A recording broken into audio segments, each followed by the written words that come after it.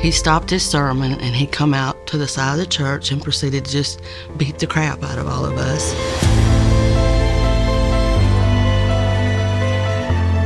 Young babysitters living with us. When I was younger, I didn't understand that, but as I got older, I come to realize that, he's sleeping with these women.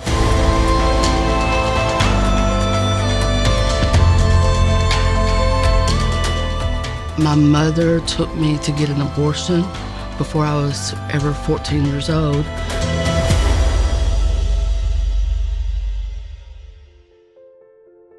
I would say it all began back in a church building, way back when I was 4 or 5 years old. My father was a fire and brimstone preacher, and my very first memory of back then was we used to sit on the front row, and we had to be beautiful, perfect, and all lined up and look right. But my brother had done something, and we laughed at him, and my dad made all of us stand up and go out down the aisle of the church, out the front door. He stopped his sermon and he come out to the side of the church and proceeded to just beat the crap out of all of us and made us straighten up and walk back in there and sit back on that front row. So that's my first memory of trauma. My father was, like I said, a fire and brimstone preacher, and Pentecostal, turn or burn. The focus was on sin, not the Savior. And all the while he's preaching these fire and brimstone messages, we have young babysitters living with us. When I was younger, I didn't understand that, but as I got older, I come to realize that, he's sleeping with these women. I have a half-brother who's the product of him having an affair while he was a preacher, and he got caught in the Sunday school room with a woman. And so my concept of right and wrong was distorted from a very young age, and talking about it was unheard of. As a matter of fact, if you did talk about it, you were punished for it. So that's the beginning of all of it. I mean, looking back, I can see where, I became rebellious. I'm like, if that's church, if that's Christian, I want nothing to do with it. And because of the sexualized atmosphere that we grew up in, I truly believe that led to the promiscuity. My mother took me to get an abortion before I was ever 14 years old, and told me to not tell a soul about it because it would ruin my father's reputation. So my father did pretty good of ruining his reputation all by himself, but putting that burden on a 14-year-old, looking back, it's just all so dysfunctional. And so I just rebelled against that. And of course, my first introduction to drugs or alcohol or anything like that was probably 10 or 11 years old. And, we would sneak into the woods and smoke pot, and, that just started a cycle. I never, I didn't know about addiction. A lot of years, I functioned as an addict, but I didn't know I was an addict because I had a prescription. I got pain pills early on. I smoked the pot, I smoked the cigarettes, I was experimenting with the alcohol, went through my teenage years, was very rebellious, but then I ended up getting married. My life settled down, and I started to live normal, or so I thought. And so what I've learned as I've gone through this journey, that unhealed trauma will follow you until you deal with it. What you don't get out, you'll act out. So, there were periods of acting out.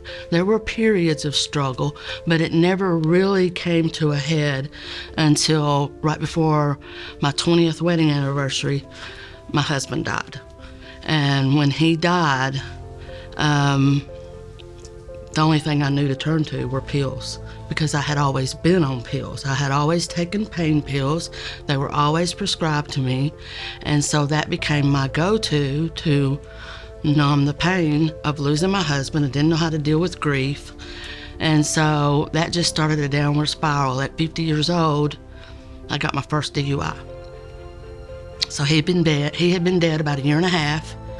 I got my first DUI, and from that point on, for 5 years, I just kept getting them back to back to back. The first one was a slap on the wrist, and nobody dealt with the issue. It was all punishment and not rehabilitation.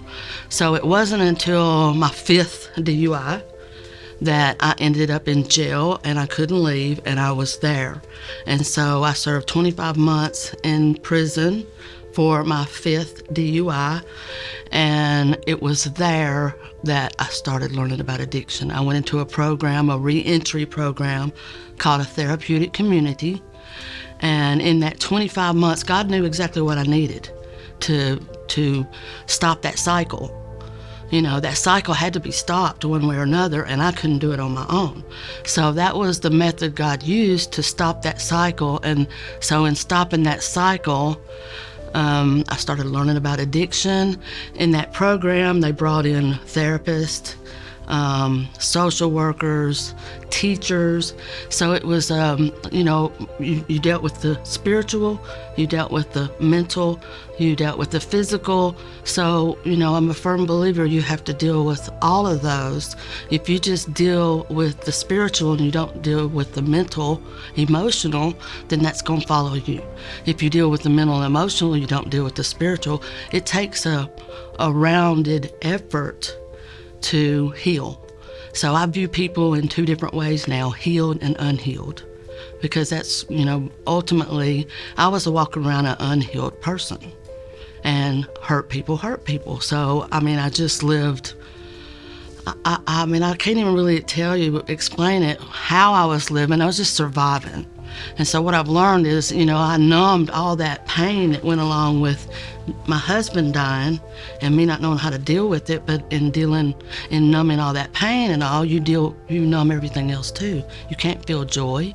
You can't feel happiness. You can't feel any of it because it's all being numbed by a substance. And so anyway, in that therapeutic community, in that prison sentence, that was the turning point.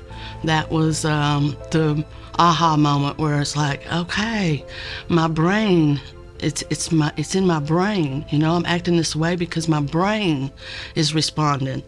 And so when I got out of jail in that 25 months, I was focused ahead, determined to live clean and sober. I'd done found a new way. My first weekend out of jail, I went to church.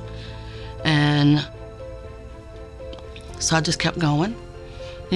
Really, I didn't know what I was doing. I thought I had recovery down pat. I thought I was 2 years clean and sober and I had it all figured out. But that was just the beginning.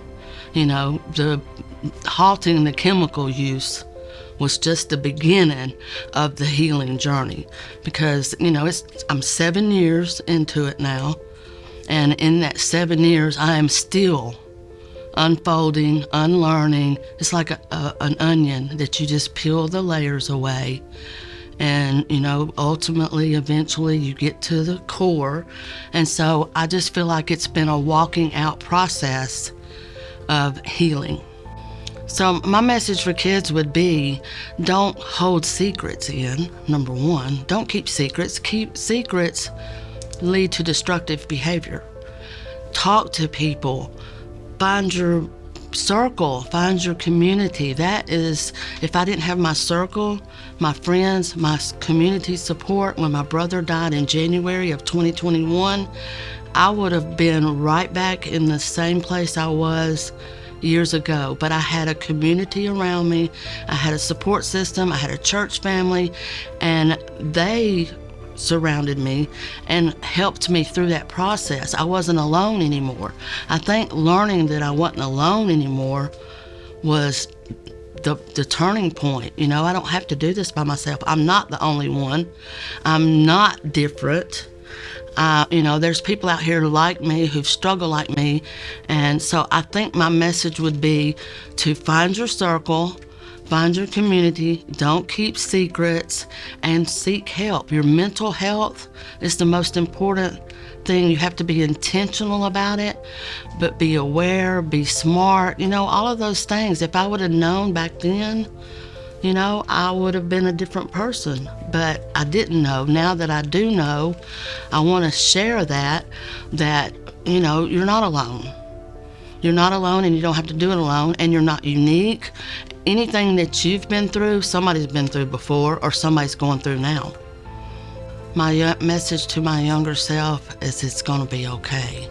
It's not, when you grow up in trauma and dysfunction, everything kind of takes on a worst case scenario. And you start this thinking of worst case scenario. This is going to happen, that's going to happen. There are good people in this world. There are good people that will listen to you, help you, steer you in the right direction. You might not have it at home, but there are people out there, teachers, counselors, pastors. I heard somebody talk earlier about their grandmother. That really touched me. I could have gone to my grandmother at any point in my life, and she would have helped me and helped to save me, but I didn't feel that I could do that. If anything, kids need to know that they can tell people what they're struggling with. Live on purpose, be intentional, and if you have to leave somebody behind, leave them behind, because you only get one shot at this life. And every choice you make today affects tomorrow.